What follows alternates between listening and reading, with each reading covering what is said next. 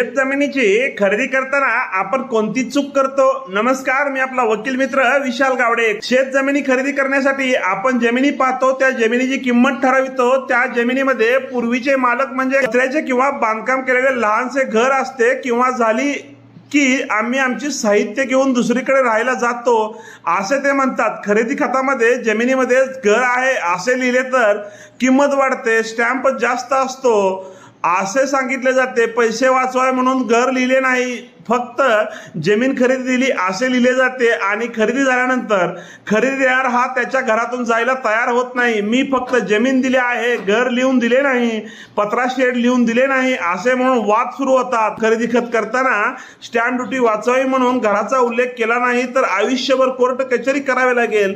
त्यामुळे जर जमीन खरेदी घेताना त्या जमिनीमध्ये घर असेल, उल्लेख खरेदी खतामध्ये करा, म्हणजे भविष्य काळामध्ये कोर्ट कचेरी टाळता येईल। व्हिडिओ आवडल्यास